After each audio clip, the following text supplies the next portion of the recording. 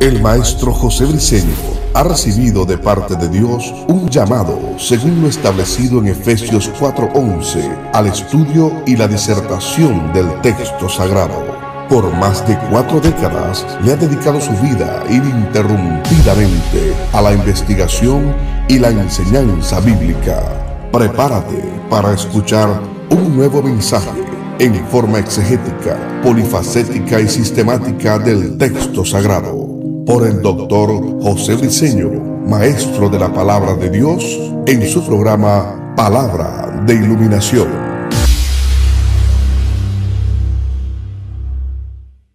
Bendiciones, una gran bendición de estar de nuevo al aire. Y digo de nuevo porque este es un programa que viene ya transmitiéndose desde hace mucho tiempo en diferentes estaciones radiales, en diferentes estados, ciudades, naciones, pueblos. Y ha sido una gran bendición, lo sé. Sé que no estamos arando en el mar, que estamos haciendo un trabajo, o mejor decirlo, que el Eterno está haciendo un trabajo muy grande a través de mi persona como instrumento de cooperación, como un canal de bendición. Estamos pasando fronteras, llegando muy lejos. Hemos recibido bastantes llamadas en los trabajos que estamos haciendo por la web, y sé que indiscutiblemente vamos a recibir llamadas a través de esta programación que estamos transmitiendo por la nueva 106.5 FM desde el estado de Texas, la hermosa ciudad de Dallas. Maestro José Briceño. Quiero darles muchas gracias. Muchas gracias. Tengo presente un principio de reino. Que Dios no es egoísta. Él no quiere ser el único en tu vida, pero sí quiere ser el primero. A quien tú coloques de segundo lugar, ese es tu problema, pero Dios quiere ser el primero. Por eso quiero darle gracias al Dios eterno, a mi Padre eterno, el gran yo soy, el Ayad, el Shakenun, el Shaddai, el Atón, el Adonai, que llamaban el Dios invisible, los hebreos. Dale gracias, que ahora es mi Padre, mediante la persona de Jesucristo. Darle gracias. Dar gracias a mi hermano Jesús, quien está sentado a la diestra del Padre con todo poder, dominio, autoridad, fuerza y señorío. Venció el Hades, venció los principados, venció las potestades. El Teantropos, el Dios hombre. El Cristo resucitado, que está sentado a la diestra del Padre, que ha de venir a juzgar a los vivos y a los muertos. Gracias a mi hermano Jesús, y gracias doy a el Espíritu Eterno, mi gran consolador, mi guía, quien me enseña, quien me instruye, mi maestro, quien me da las más grandes iluminaciones de lo que está escrito en el texto sagrado en revelación, que se escribió por inspiración. Gracias al Espíritu Eterno por esta gran oportunidad que me das, por la vida, por abrir puertas en esta hermosa estación radial para transmitir su palabra a través de estas ondas hercianas, desde la nueva 106.5 FM del estado de Texas, la hermosa ciudad de Dallas. Damos gracias también, doy gracias en lo personal al pastor César Gel, a su señora esposa y a todo el equipo que compone y que trabajan acá en esta prestigiosa emisora por esta oportunidad que me da Pastor César, que el Eterno le multiplique en gran manera en todo. Hoy está conmigo, me acompaña en la producción Josué Rizar, caramba. Él está allí en la producción, el control técnico. Va a estar conmigo por muchos años. No voy a decir lo profetizo porque no tengo autoridad para estar profetizando sobre nadie. Si la palabra no viene de Dios no es profecía.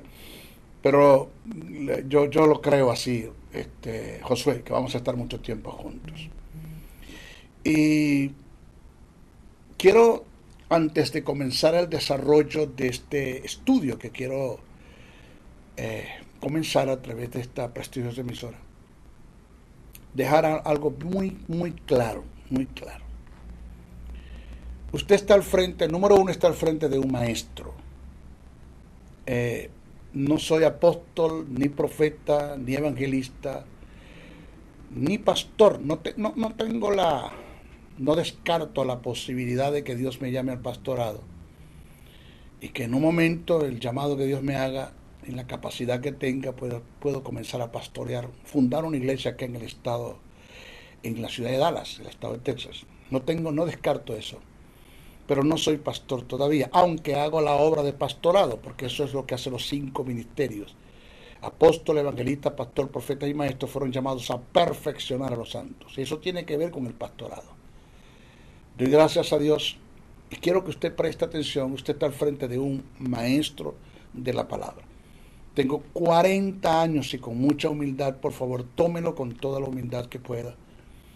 Que esto no se vea arrogante, por favor. No quiero caer en ese terreno porque a mí la teología no se me ha ido a la cabeza todavía. Tengo eso presente, que mientras más humilde y más sencillo seamos, más usados somos por Dios. El Espíritu Santo enseña 2 tipos de personas: los que no saben y quieren aprender y los que saben y quieren seguir aprendiendo. Yo estoy entre los que sé un poquito y quiero seguir aprendiendo. Pero tengo 40 años estudiando las Escrituras, 44 años de haber conocido el plan de salvación. 18 de mayo de 1976 acepté el plan de salvación. 40 años estudiando las Escrituras y 32 años en el ejercicio del ministerio. He escrito 22 libros, de los cuales en el mercado hay 3, ya viene uno pronto. Santidad Genuina va a salir al mercado. Y esto lo digo para que usted entienda que está al frente de un maestro. Número dos, este es un programa de corte educativo. Aquí no hay complacencias, acepto que la gente haga sus llamadas, yo no tengo ningún problema. Creo que vamos a dejar los últimos 10 minutos para las llamadas, sí. Pero esto es un programa de corte educativo. De modo que todos los que me van a sintonizar durante este tiempo que voy a estar acá en esta estación radial, todos los sábados de 11 de la mañana a 12 meridiano, todos los sábados, Palabra de Iluminación estará saliendo al aire y el maestro José Briceño estará con ustedes enseñando. Todos los que me van a seguir deben buscar un apuntador y deben buscar un papelito para tomar notas, porque esto es un estudio que voy a dar desde el punto de vista sistemático, polifacético y exegético. Así, sistemático porque tiene una hilación de pensamiento, tiene cabeza, tiene pie, cuerpo. No le voy a enseñar, no le voy a tirar textos desfasados, descontextualizados, sacado del pensamiento de la verdad de Dios, distorsionado. No, es un estudio sistemático, exegético, porque es un estudio que te va a enseñar, vas a aprender. No es una predicación, no es un tipo de predicación aplicativo, sino es un estudio que vamos a dar. Y polifacético porque es un estudio rico desde el punto de vista teológico en diferentes áreas. Porque es difícil cuando desarrollas un tema, por decirte algo de cristología, muy difícil dejar de hablar de neumatología.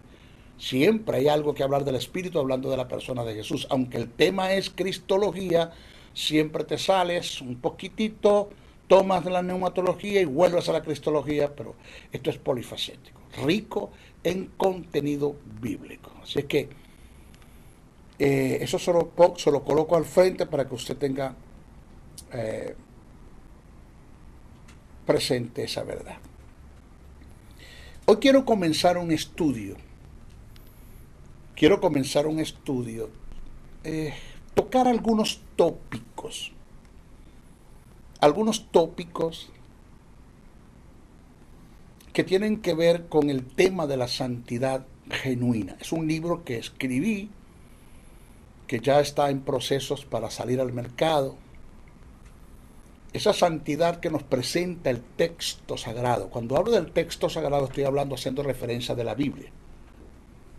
Esa santidad genuina que no tiene absolutamente nada que ver con la santidad que me han presentado no en todas, porque hay excepciones, en muchas de nuestras congregaciones, una santidad que no tiene nada que ver con el pensamiento de Dios, ni con las demandas de Dios, ni con los principios del reino, no tiene nada que ver con lo que está plasmado en el texto sagrado. El tema de la santidad genuina es un tema muy extenso, aproximadamente se lleva como sus 45 horas hablar de la santidad, y yo creo que en 45 horas de lo que presento el tema son destellos y balbuceos de lo que la Biblia en sí habla de lo que es la santidad genuina. Eso es un tema, mucho, pero voy a tocar tópicos del tema y voy a tratar acerca de lo que es el proceso de santificación que se da en el alma, oiga, no en el espíritu, oiga, no en el cuerpo, en el alma, y que dicho proceso viene de parte de Dios mediante su espíritu, mediante el Espíritu Santo. Teniendo el Espíritu Santo elementos de cooperación para llevar a cabo el proceso de santificación, que más adelante vamos a hablar un poquitico de eso. Présteme atención. A nivel de introducción, voy a leer un texto que lo hemos tomado, muchos lo hemos tomado, y lo hemos predicado, expuesto en nuestra liturgia de una forma descontextualizada, desfasada, sacada del contexto del pensamiento de Dios, y le damos nuestra propia interpretación. Eso es lo que se llama una eisegesis. Cuando le damos una propia interpretación al texto sagrado, eso es eisegesis. Otros entran en el terreno del hiperliteralismo. ¿Qué es eso, maestro? El hiperliteralismo es cuando nosotros decimos lo que la Biblia dice. Eso es hiperliteralismo. Repito, eisegesis es cuando yo le doy mi propia interpretación al texto sagrado. Hiperliteralismo es cuando yo digo lo que la Biblia dice. Pero nosotros como ministros, que fuimos llamados a perfeccionar a los santos, es el trabajo nuestro.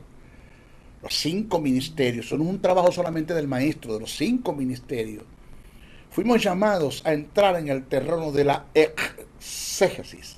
Oiga, no eisegesis ni hiperliteralismo, sino en el terreno de la exégesis, que es cuando yo digo lo que la Biblia quiere decir. Es la diferencia. Por eso cuando alguien me dice, maestro, la Biblia dice, se me prenden de una vez los bombillos. El de alerta, el bombillo de alerta. ¡Ping! De una vez, ya espérate. ¿Con qué me viene? Porque cuando me dicen la Biblia dice, ya el asunto como que lo veo como medio sospechoso y solo presto atención. Porque la persona que me va a expresar lo que la Biblia dice, puede ser que entre en el terreno del hiperliteralismo y me dice lo que la Biblia dice en sí, o puede ser que entre en el terreno de la eisegesis y le dé a su propia interpretación al texto. Está totalmente desfasado. No, el maestro Briceño se ha encargado, muy responsablemente lo digo, es de hacer exégesis de lo que está en el texto sagrado y descubrir el pensamiento de Dios, de lo que está en el texto sagrado, plasmado, descubrir el pensamiento de las tinieblas, cómo piensa Satanás, cómo piensan los demonios, cómo piensan los súbditos, para conocer mejor a Satanás.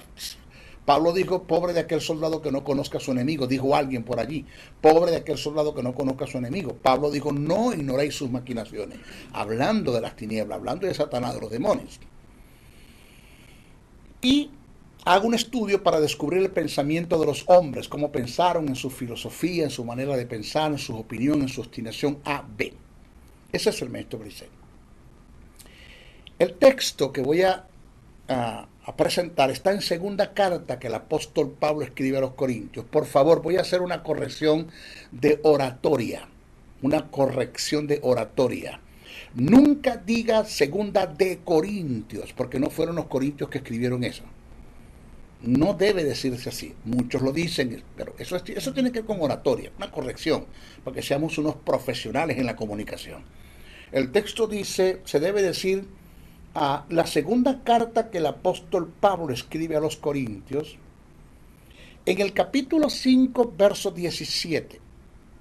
El texto dice, óigalo, presta atención, cito, de modo que si alguno está en Cristo, nueva criatura es. Observa el término nueva, ya lo voy a explicar. En el griego hay dos términos para hablar de lo que es nuevo, ya lo voy a explicar. ¿Cuál utilizó Pablo allí? Ya estamos haciendo un análisis del asunto, estamos entrando en el terreno de la exégesis. Dice, de modo que si alguno está en Cristo, nueva criatura es.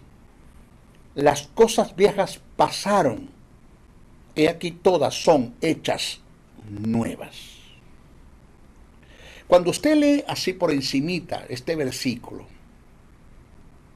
que es uno de los favoritos de la mayoría que van a dar testimonio de sus vidas pasadas, está el nuevo convertido, yo quiero dar un testimonio, y pasan y toman este texto para apoyar su testimonio. Y en lo que expresan da a pensar a los que están presentes, a los que están escuchando, por ende, que cuando uno es salvo, que acepta el plan de salvación,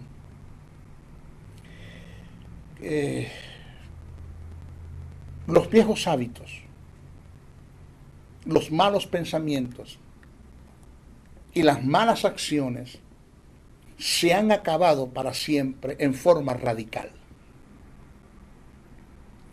Ahora, cuando usted va al pasaje, el texto no describe las prácticas del creyente. En ninguna parte Pablo está hablando de las prácticas del creyente. En ninguna parte. Lo que Pablo está presentando en su forma de pensar, inspirado por el Espíritu Santo, es la posición del creyente. La posición, no posesión. No confunda esos dos términos. Porque usted va a escuchar al maestro Briseño hablar de lo que es posición y lo que es posesión. ¿Ok? Entonces, Pablo sí está hablando desde la posición en relación con el nuevo nacimiento, acto que se da en el espíritu del hombre, mediante el misterio del cambio que se dio en la cruz del Calvario, que es lo que se conoce como la remisión. Ya le voy a explicar un poquito eso. Déjeme seguir desarrollando. Lo cierto del caso es que el apóstol Pablo no está haciendo referencia en sus escritos a un cambio que se da en forma automática en el ser integral del hombre. O sea, Pablo no está hablando del cambio en espíritu, alma y cuerpo. Pablo no está hablando de eso. Porque una cosa es tratar el tópico de la santidad en el espíritu, que es equivalente a la justicia divina, la cual es instantánea. Y la otra es entrar en el tópico de la santidad en el alma, que es progresiva. Nunca debemos olvidar, y usted se le olvide, digo usted porque a mí esto no se me olvida, que la santidad en el espíritu del hombre renacido o regenerado, que tiene que ver con la justicia divina, es un suceso. Pero la santidad en el alma, que viene producto o por causa de la justificación, de la santificación es un proceso. ¿De qué usted me está hablando, maestro? Vamos a entrar a desarrollar el estudio ya después que hicimos mención a este pasaje que erradamente se ha usado. Vamos a entrar al fondo. Miren, cuando nosotros hablamos acerca de lo que es la santidad, hay dos tipos de santidad. Oído. Tienes la santidad posicional, que este tipo de santidad tiene que ver con la posición espiritual que el creyente tiene producto del nuevo nacimiento en un estado de regeneración en Cristo por el Espíritu Santo. Esto indica que la santidad posicional es producto del nuevo nacimiento y que no tiene relación con las obras. La santidad posicional, que tiene que ver con la justificación, que tiene que ver con el que Dios impartió la justicia divina en el hombre, para impartir la vida eterna en el hombre, esto no se dio por obras. Esto nosotros lo obtuvimos por gracia en la fe que depositamos en el sacrificio de nuestro Señor Jesucristo. Esto no tiene nada que ver por gracia. Por eso es que hay que tomar en cuenta que Dios nos amó, amándonos tuvo compasión, teniendo compasión se movió a misericordia, moviéndose a misericordia manifestó su gracia, dándonos su gracia nos dio su perdón, perdonándonos nos regeneró, regenerándonos nos hizo sus hijos. Por eso dice que a los que creen en su nombre les dio potestad de ser hechos hijos de Dios. Eso se da en el Espíritu mediante el misterio del cambio, lo que se dio en la cruz del Calvario. Entonces, tomando en cuenta este tópico de santidad, la posicional, oiga que esto va a sonar muy duro a la tradición, va a sonar muy duro a la forma de pensar de mucha gente en nuestras congregaciones, pero ya le dije, usted está al frente de un maestro. Y tiene que preparar su mente para recibir las enseñanzas de Dios. Y usted tiene que hacer lo que hacían los creyentes de Berea, que iban, analizaban lo que el apóstol Pablo decía, a ver hasta dónde es una verdad. Usted tiene que irse ahora, tome nota, siga al maestro y tome nota y no haga como los pichones de pájaro. El pichón de pájaro come con el pico abierto y los ojos cerrados. Eso lo que le meten se lo tragan. No. Usted va a analizar lo que el maestro briseño está diciendo, hasta dónde esto es una verdad. Y usted se va a dar cuenta que usted se va a conseguir con las verdades del reino eterno que estoy exponiendo. Entonces, óigame, prepárese. Tenga un espíritu docente abierto a aprender. Entonces, tomando en cuenta este tópico de santidad, la posicional que tiene que ver con la justicia divina, ante los ojos de Dios somos santos, independientemente del pecado en el que estemos sumergidos. ¿De qué usted está hablando, maestro? Escuche bien.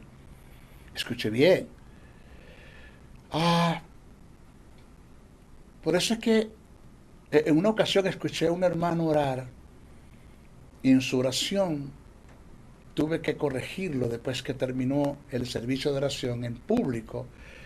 A voz populi, en el micrófono, él decía, Señor, nosotros somos pecadores. Somos unos pecadores, Señor. Y cuando terminó todo tuve que corregirlo, porque la Biblia en ninguna parte dice que nosotros somos pecadores. La Biblia dice que nosotros pecamos, que son dos cosas diferentes. La posición que me da Pablo a mí como creyentes de justo, dice que somos la justicia de Dios en Él. Nosotros no somos pecadores, nosotros pecamos, que es otra cosa. Pecador es el que no ha conocido a Jesús, el que tiene el germen del pecado, que tiene la naturaleza satánica y tiene la simiente satánica en él, no ha nacido de nuevo. Eso es un pecador. Nosotros pecamos, que son dos cosas diferentes.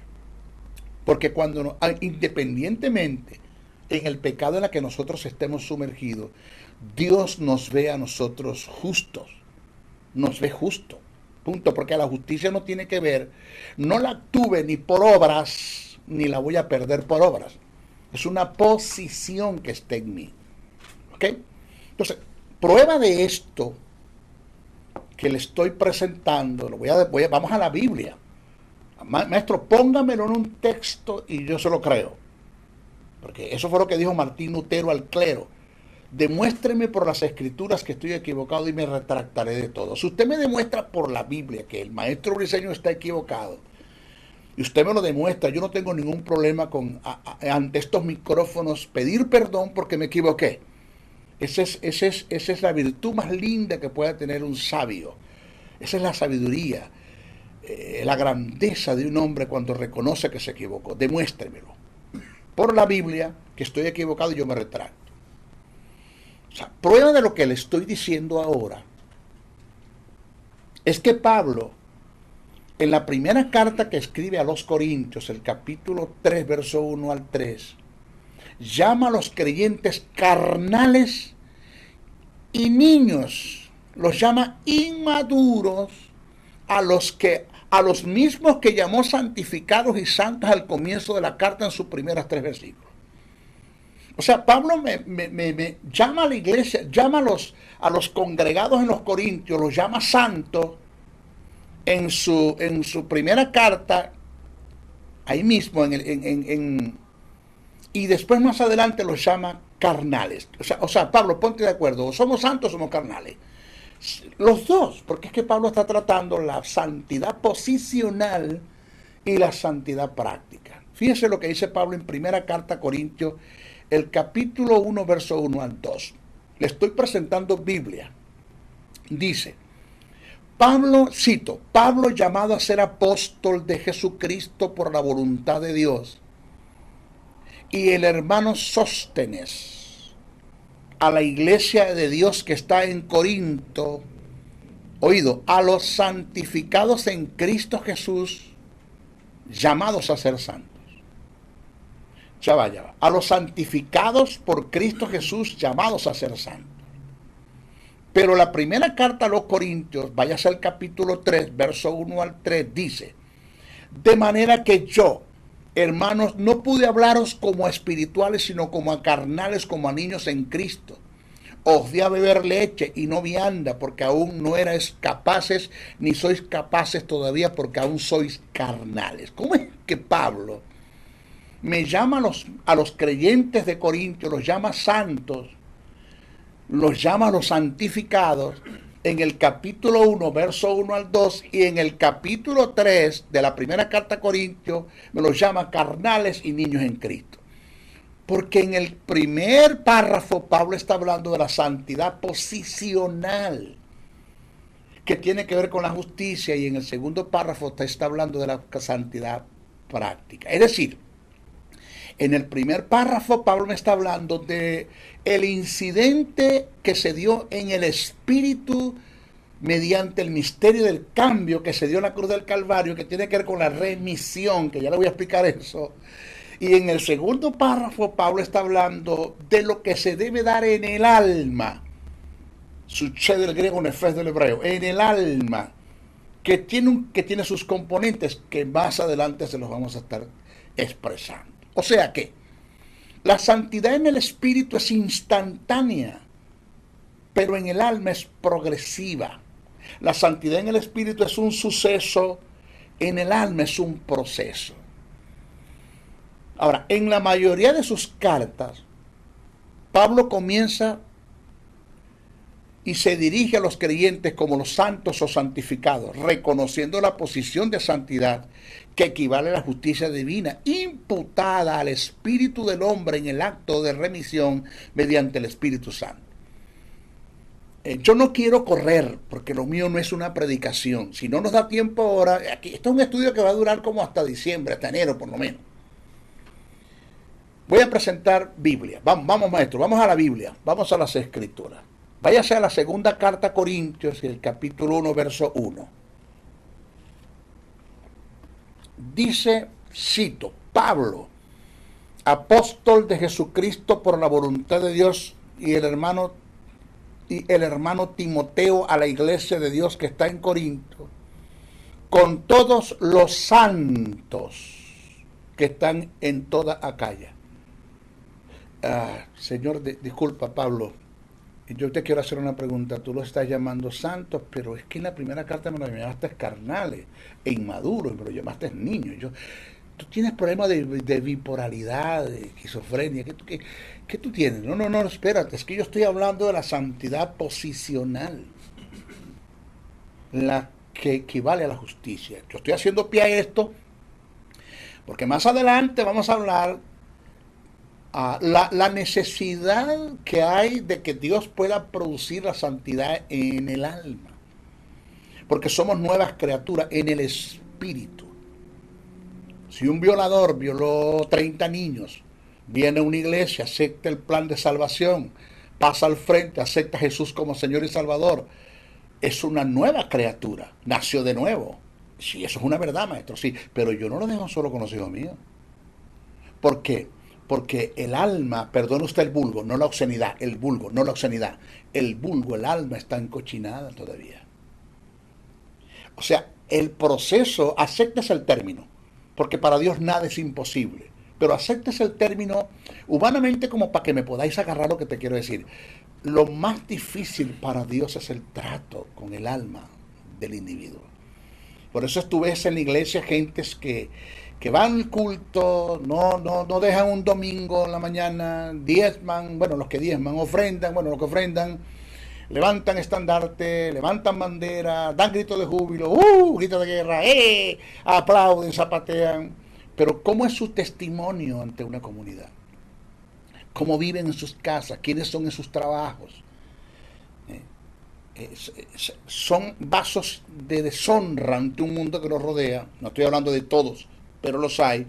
Y eso se debe a que no ha podido Dios todavía procesar el alma de ese individuo. Mira lo que Pablo dijo en Efesios 1:1. Cito: Pablo, apóstol de Jesucristo por la voluntad de Dios, a los santos. Oiga, a los santos y fieles en Cristo Jesús que están en Éfeso. Pero eran santos y fieles. Señores, ¿de qué santidad está hablando Pablo?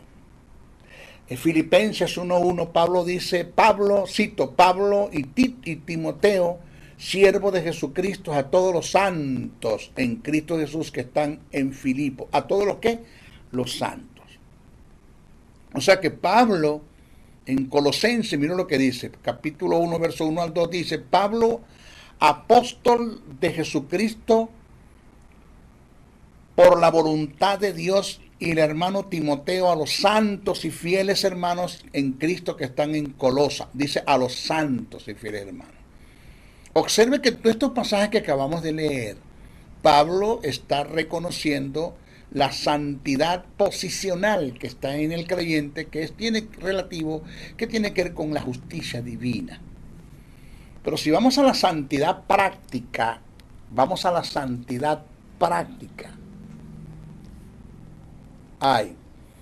es el estado de integridad integral. ¿Es el estado de qué? De integridad integral. ¿Por qué dice integridad integral? Porque yo puedo ser íntegro como padre, pero como esposo soy pésimo. Porque yo puedo ser íntegro como esposo y como padre, pero como patrón en una empresa trato mal a los empleados, puedo ser pésimo. Porque yo puedo ser íntegro como padre, como patrón y como esposo, pero como amigo yo puedo ser pésimo. Por eso es que la Biblia, cuando te habla de la integridad integral, te habla de la lealtad. La lealtad es la integridad integral que el hombre logra vivir en todos los estados, en todas las etapas de la vida, en todo. Tú lo ves como padre, como esposo, como empleado. Y para ustedes contar, el hombre, hermano, es íntegro, es leal en todas las áreas.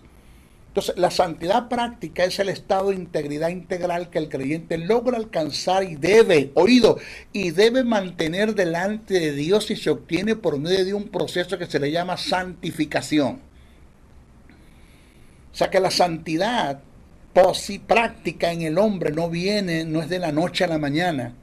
No es como decimos en Venezuela, soplar y hacer botella. Esto es un trabajo, es un proceso, no es fácil para Dios, acepte ese término fácil. Si usted se busca primera a Tesalonicenses, el capítulo 3, verso 3, y Hebreos 12, 14, usted va a conseguir esto del proceso de santificación.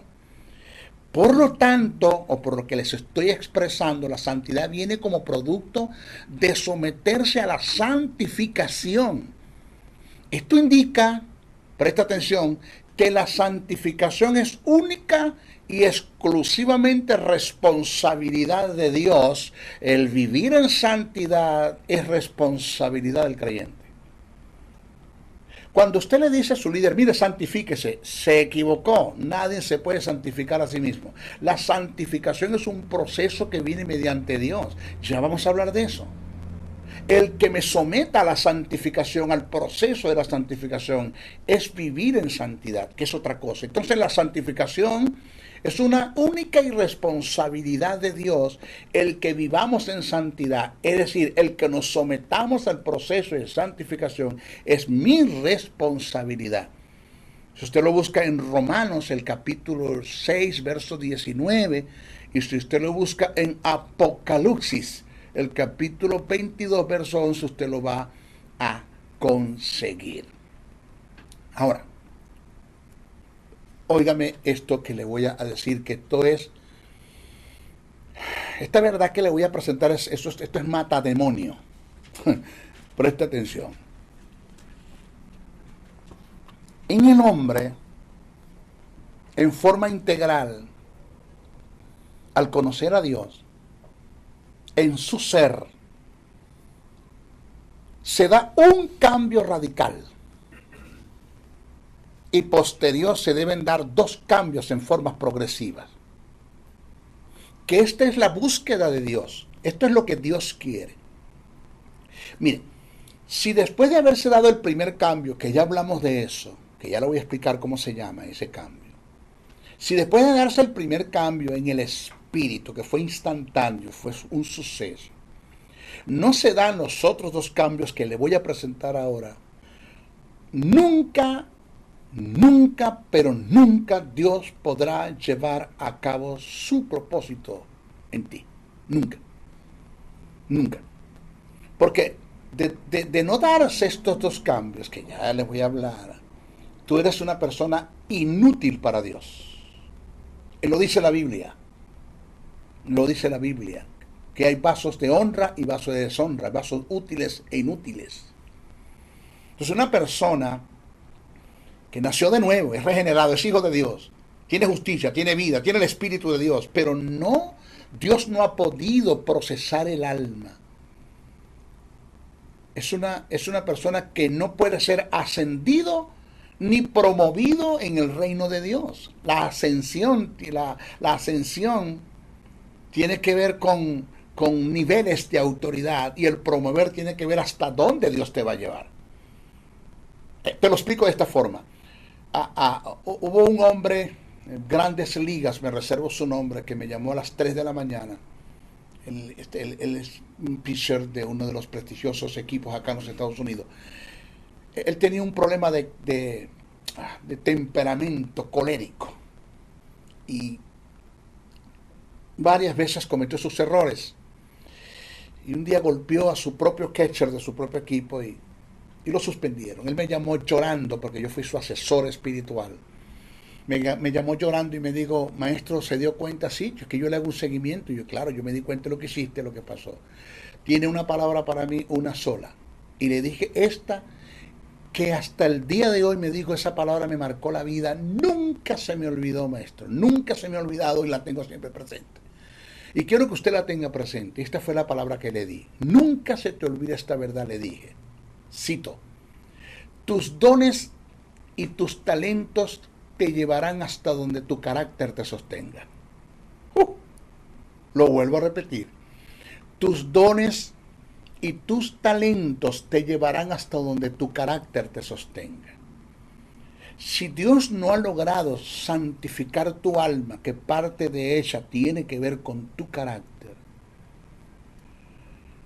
no esperes que Dios cumpla en ti su perfecta voluntad.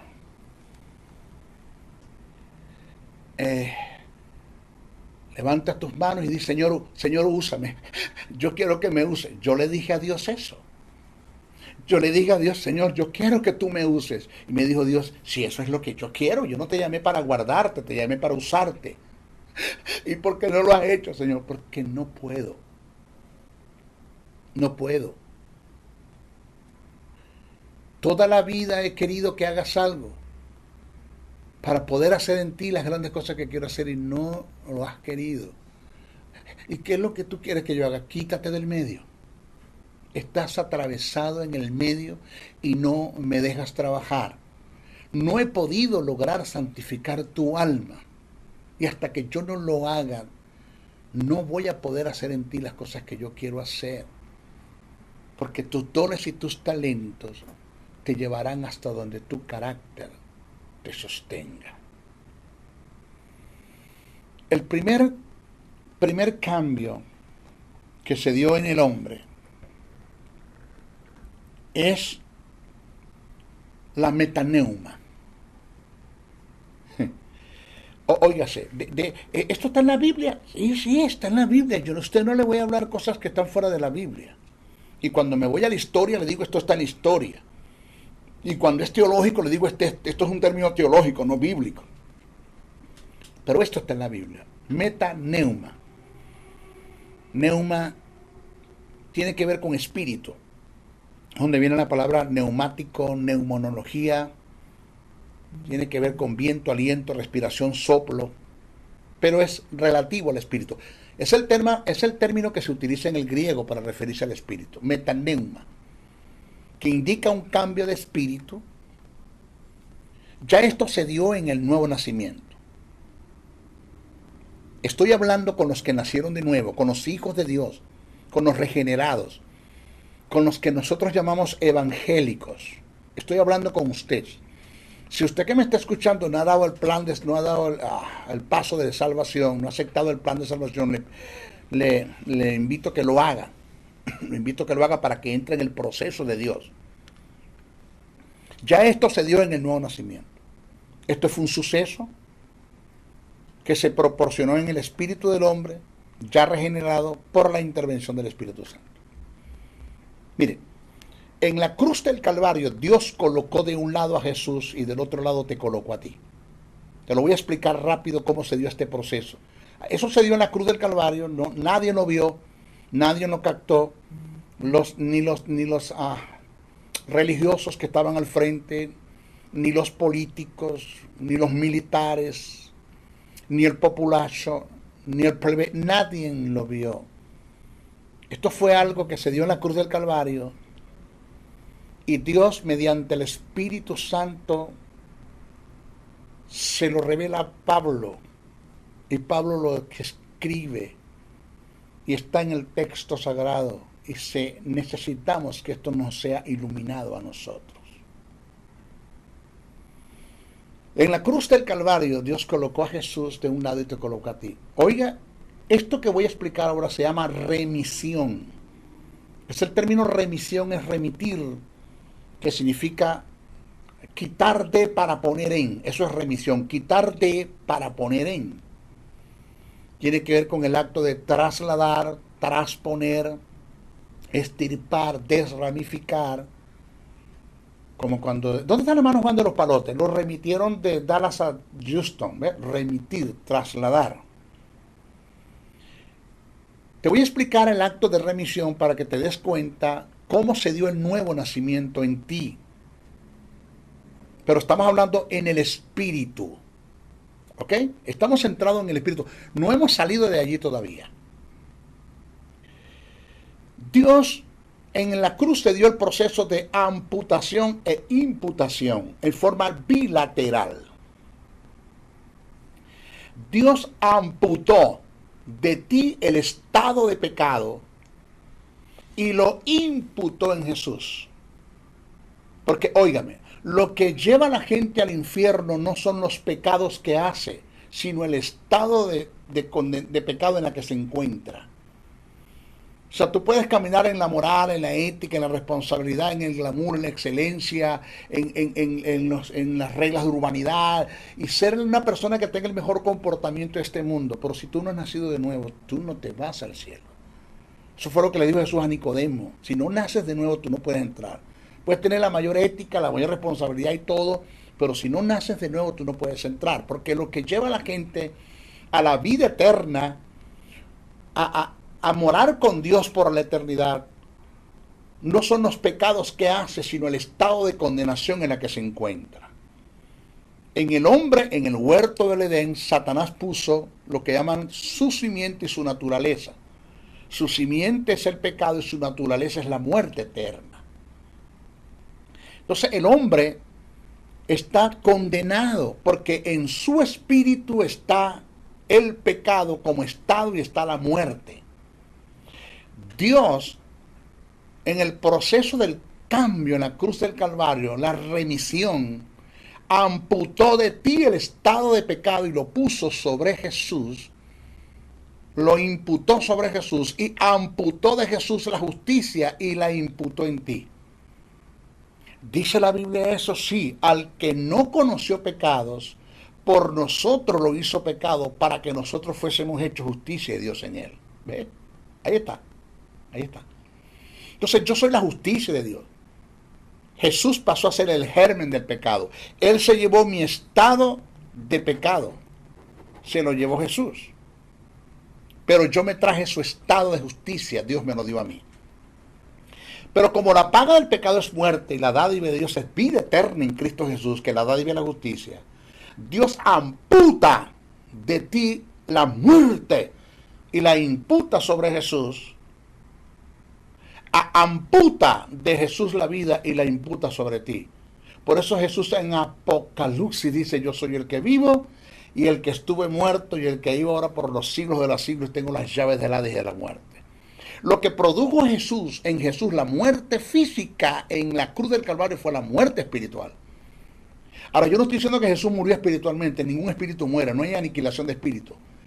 La muerte espiritual es la separación, es la palabra thanatos del griego, la separación de Dios y de Jesús. Se separó Dios de Jesús, por eso Jesús dijo: Padre mío, Dios mío, ¿por qué me has desamparado? Se separa Dios de Jesús. Jesús muere en la cruz del Calvario, físicamente, espiritualmente, para poder morir físicamente. Entonces, ¿qué pasa? Que en mi espíritu está la justicia de Dios y está la vida de Dios. Y eso se dio por el misterio del cambio, donde Dios colocó sobre Jesús mi estado de pecado y mi muerte, y colocó en mí su estado de justicia y me dio la vida. Esto se dio por gracia y lo obtuve por la fe. No se dio por obras, de modo que no hay obra que me pueda quitar la justicia que yo tengo, ni me pueda quitar la vida. Eso lo explicamos después. Eso se llama metaneuma. Pero en el hombre se debe dar lo que llaman una metanoia. Segundo paso. ¿Una qué? Metanoia. ¿Qué es eso, maestro? Cambio de mente. En el hombre se debe dar lo que llaman, la forma de pensar debe de cambiar, pero que no va a cambiar de la noche a la mañana. Eso tiene un proceso. Y uno de esos procesos tiene que ver con el estudio del texto sagrado y la meditación en el texto sagrado. Una metanoia es cambio de mente, que es un proceso mediante Dios llamado santificación por su Espíritu en el conocimiento de la palabra, y que el individuo tiene un gran porcentaje de responsabilidad. Y dicho proceso se da en forma continua y progresiva. ¡Wow! Maestro, ¿cómo? En forma continua y progresiva. Es decir, es un proceso por toda la vida. Tú te mueres a los 100 años y Dios todavía no ha terminado de trabajar con el alma. Pablo, que escribió 14 epístolas, pero que para mí escribió los hebreos, mi respeto, no lo impongo, solo lo digo, que escribió 14 epístolas, fue traspuesto hasta el tercer cielo, escuchó y vio cosas que no fueron permitidas escribir, otras sí, dijo: no creo haberlo alcanzado todo. Se debe dar una metanoia para que se dé una metabiot, que es un cambio de vida,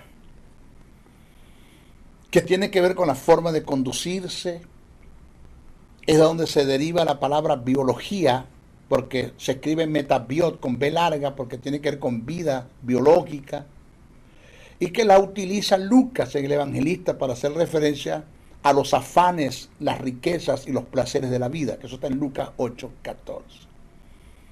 Mira los tres cambios, porque hay un cuarto cambio que se conoce como la metamorfosis, que es relativo al cambio de cuerpo, y este fenómeno se dará cuando Cristo venga a buscar a la iglesia, en el arrebatamiento de la iglesia. Esa es la metamorfosis. Pero oído. Nunca, preste usted atención a esto, yo quiero que usted se lleve esto en su espíritu, que esto nunca se le olvide. Nunca habrá una metaviot, un cambio de vida, si no hay una metanoia, un cambio de pensamiento. O sea, la primera disciplina en la iglesia donde yo estuve a los 6 meses me la colocaron porque interrumpí un predicador que decía que si usted no vive en santidad, usted se va para el infierno donde el fuego nunca se apague, el gusano nunca muere.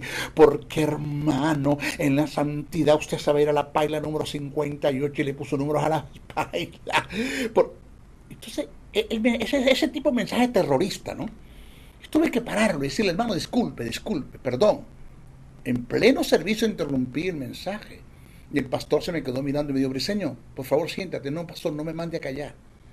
Porque es que yo estoy cansado de este tipo de mensaje, que si no vive en santidad, usted se va para el infierno, porque en santidad nadie verá al Señor, porque si usted no vive en santidad, usted se va a poner fuego, nunca se apaga el gusano, nunca muere. Yo eso lo entiendo, está bien, eso lo dice la Biblia. Pero ¿qué santidad? ¿Cómo alcanzo la santidad? ¿Cómo mantengo la santidad? ¿Cómo viene la santidad? Sí, explíqueme eso. De eso es lo que el maestro Briceño quiere desarrollar. De cómo se produce este cambio. La metanoia. ¿Cómo se produce la santidad en el alma? ¿De qué se compone el alma, maestro? Porque yo quiero ser un hombre o una mujer ejemplar en el mundo, ser carta abierta. Y que solo mi vida, mi testimonio, pueda ser una Biblia ambulante en este mundo, un ejemplo, y que la gente pueda llegar al plan de salvación mediante mi testimonio. ¿Cómo lo hago, maestro? Nuestra próxima estudio, voy a hablar de los componentes del ser humano desde el punto de vista tricotomático, porque Pablo te habla de la tricotomía del hombre. Pablo te habla de la tricotomía del hombre. En nuestro próximo estudio voy a empezar a hablar de esto. Y voy a empezar a hablar del trato de Dios con el alma, con sus componentes, sus divisiones y sus subdivisiones. Hagamos un seguimiento hasta el sábado que viene, en la misma hora, en esta misma emisora, vamos a estar con ustedes. Vamos a escuchar una alabanza hermosa, una canción, yo la escuché y la grabé también. La voz que van a escuchar es este servidor quien les está interpretando esta canción, y me sirvió de mucho en momentos muy difíciles y duros, y esperando algunas llamadas, ¿ok?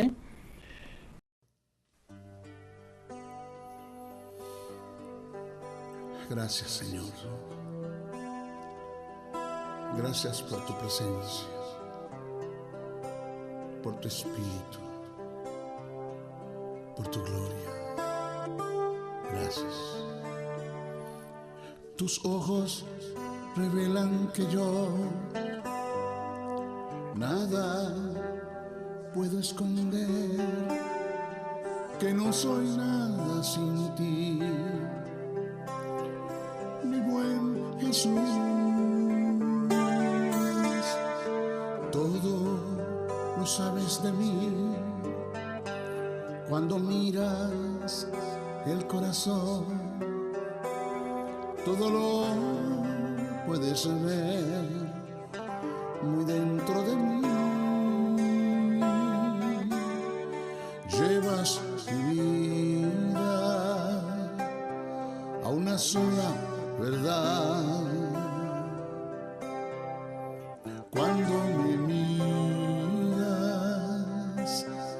nada puedo ocultar. Sé que tu fidelidad lleva mi vida más allá de lo que puedo imaginar. Sé que no puedo negar que tu mirada puesta en mí me llena de tu paz. Tus ojos revelan que yo nada puedo esconder, que no soy nada sin ti, mi buen Jesús. Todo lo sabes de mí cuando miras el corazón, todo lo puedes ver muy dentro de mí. Llevas mi vida a una sola verdad. Cuando me miras, nada puedo ocultar. Sé que tu fidelidad lleva mi vida más allá de lo que puedo imaginar. Sé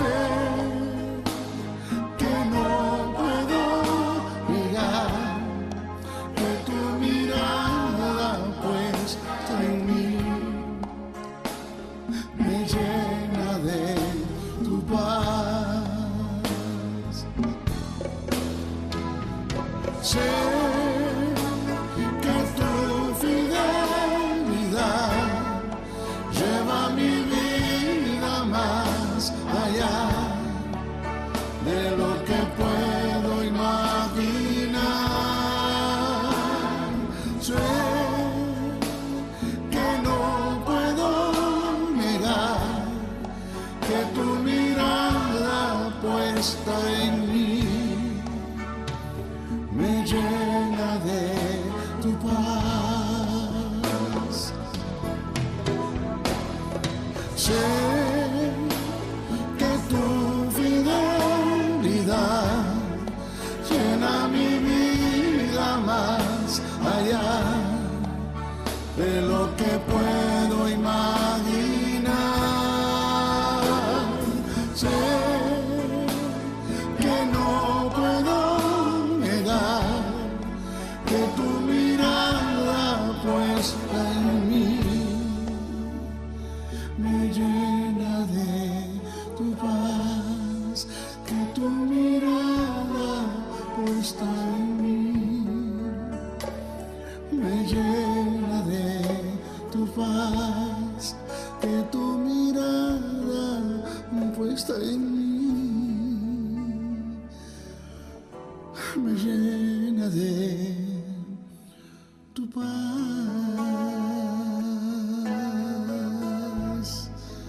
Gracias, Señor. Mil gracias por tu cuidado. Qué bendición de haber estado con ustedes en esta programación, su programa Palabra de Iluminación por la nueva 106.5 FM. Se despide el maestro José Briceño hasta nuestro próximo sábado. Estaremos acá 11 de la mañana hasta 12 meridiano. Bendiciones, bendiciones, bendiciones. El Ministerio de la Enseñanza y la Evangelización, Jesús Soberano Señor, presentó Palabra de Iluminación. Te invitamos a un nuevo espacio de corte similar por nuestros diferentes medios de comunicación. Contáctanos en los Estados Unidos al WhatsApp +01 786 604-3352 y a los correos jocn77briceno@gmail.com y a maestrojosebriceno.blogspot.com. Bendiciones.